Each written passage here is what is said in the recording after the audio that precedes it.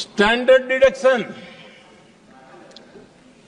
उसके अगर 75,000 जोड़ दें तो 1 अप्रैल के बाद देश में जो सैलरीड क्लास हैं उनके 13.25 लाख रुपए पर तक कोई इनकम टैक्स नहीं देना पड़ेगा।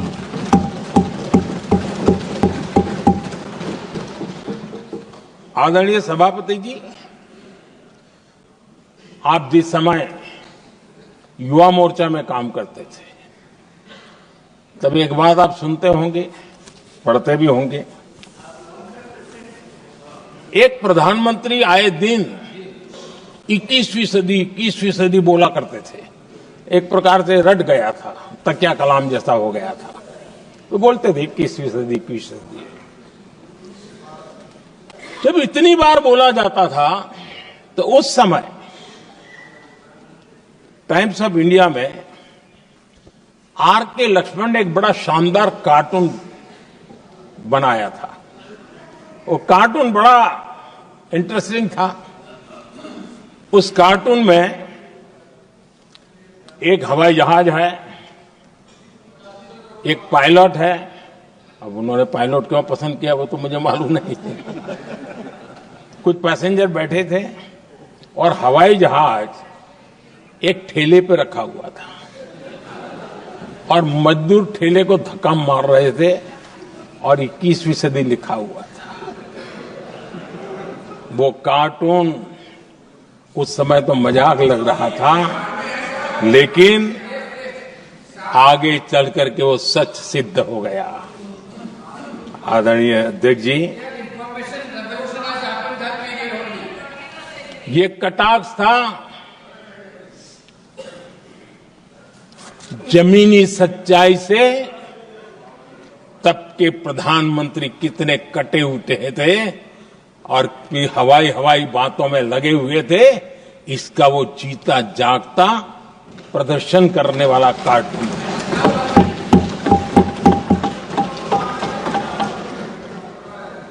आदरणीय अध्यक्ष जी, जिन्होंने तब 21वीं सदी की बातें की थी, वो 20वीं सदी की जरूरतों को भी पूरा कर नहीं पाए थे। आदरणीय अध्यक्ष जी, आज जब मैं देखता हूं, पिछले 10 साल से सारी विषयों को बारीकी से देखने का अवसर मिला है, तो मुझे बड़ा दर्द होता है। हम 40-50 साल लेट हैं, जो काम 40-50 साल पहले हो जाने चाहिए थे। और इसलिए ये साल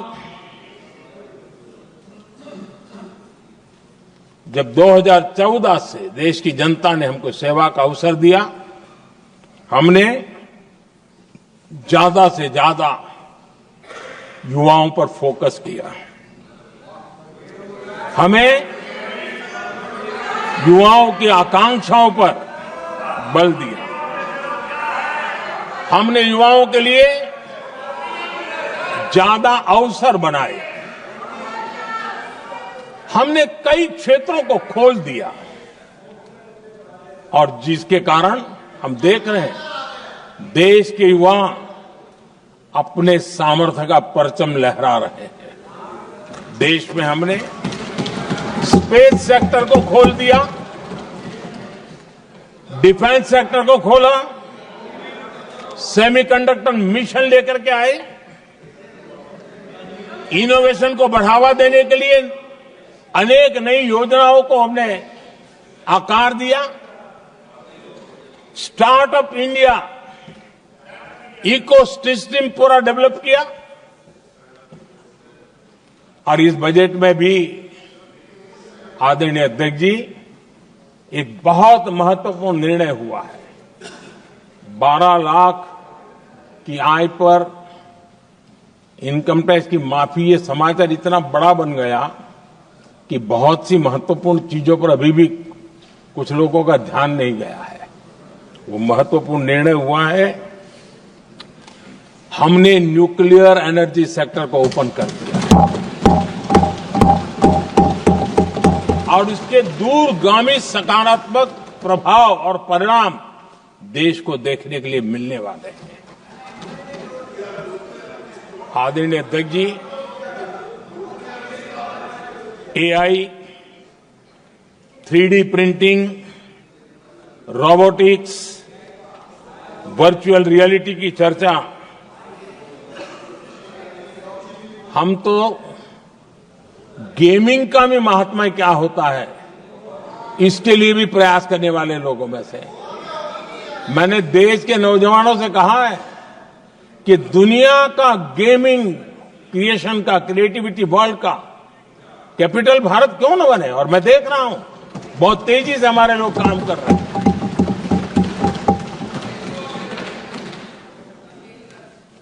कुछ लोगों को अब जब एआई की बात होती है, कुछ लोगों को अब ये शब्द फैशन में है तो बोला जाता है, लेकिन मेरे लिए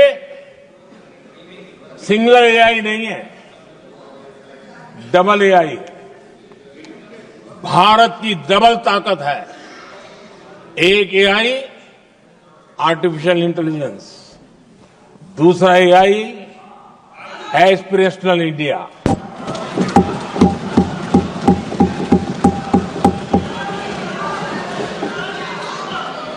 हमने स्कूलों में 10,000 टिंकरिंग लैब्स शुरू किए और आज उन टिंकरिंग लैब से निकले बच्चे रोबोटिक्स बना करके लोगों को चकित कर रहे हैं। और इस बजट में 50,000 नए टिंकरिंग लैब्स उसका प्रावधान किया गया। भारत वो देश है जिसके इंडिया एआई मिशन को लेकर के पूरी दुनिया बहुत आशावादी है और विश्व के एआई प्लेटफॉर्म में भारत की मौजूदगी एक महत्वपूर्ण स्थान प्राप्त कर चुकी है। आदरणीय अध्यक्ष जी, इस साल बजट में हमने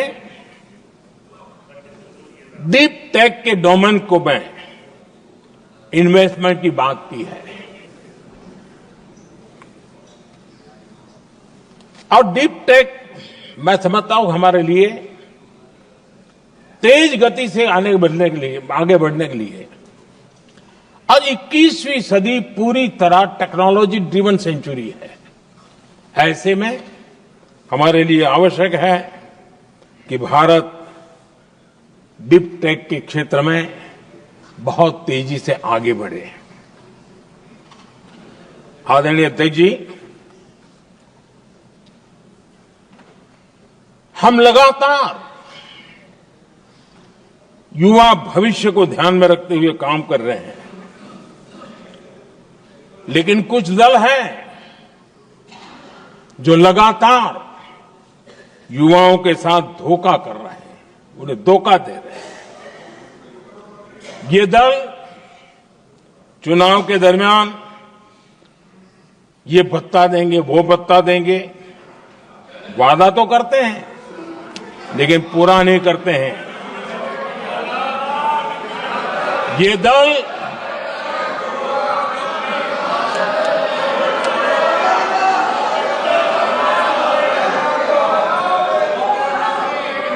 प्लीज माननीय सदस्य गरिमा प्रतिष्ठा बनाए रखें।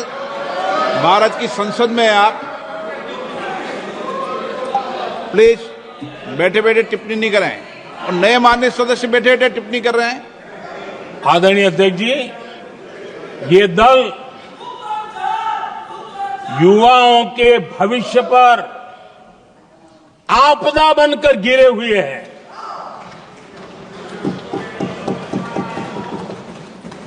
आदरणीय अध्यक्ष जी, हम कैसे काम करते हैं ये हरियाणा में अभी अभी देश ने देखा है।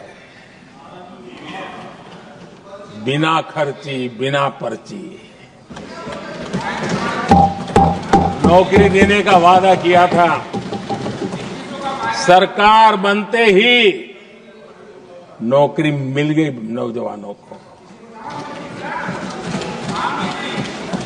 हम जो कहते हैं उसी का परिणाम है। आदरणीय अध्यक्ष जी, हरियाणा में तीसरी बार भव्य विजय और हरियाणा में के इतिहास में तीसरी बार विजय, ये अपने आप में ऐतिहासिक घटना है। आदरणीय अध्यक्ष जी, महाराष्ट्र में भी ऐतिहासिक परिणाम, जनता जनार्दन के आशीर्वाद। महाराष्ट्र के इतिहास में सत्ता पक्ष के पास इतनी सीटें पहली बार, ये जनता जनार्दन के आशीर्वाद से हम करके आए हैं।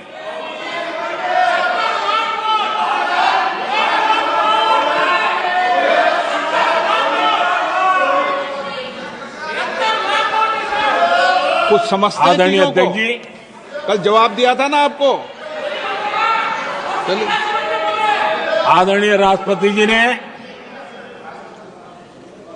अपने अभिभाषण में हमारे संविधान के 70 वर्ष होने पर भी विस्तार से चर्चा की है। आदरणीय अध्यक्ष जी, संविधान में जो धाराएं हैं उसके साथ साथ संविधान का एक स्पिरिट भी है और संविधान को मजबूती देने के लिए संविधान की भावना को जीना पड़ता है। और मैं आज उदाहरणों के साथ बताना चाहता हूं। हम वो लोग हैं जो संविधान को जीते हैं।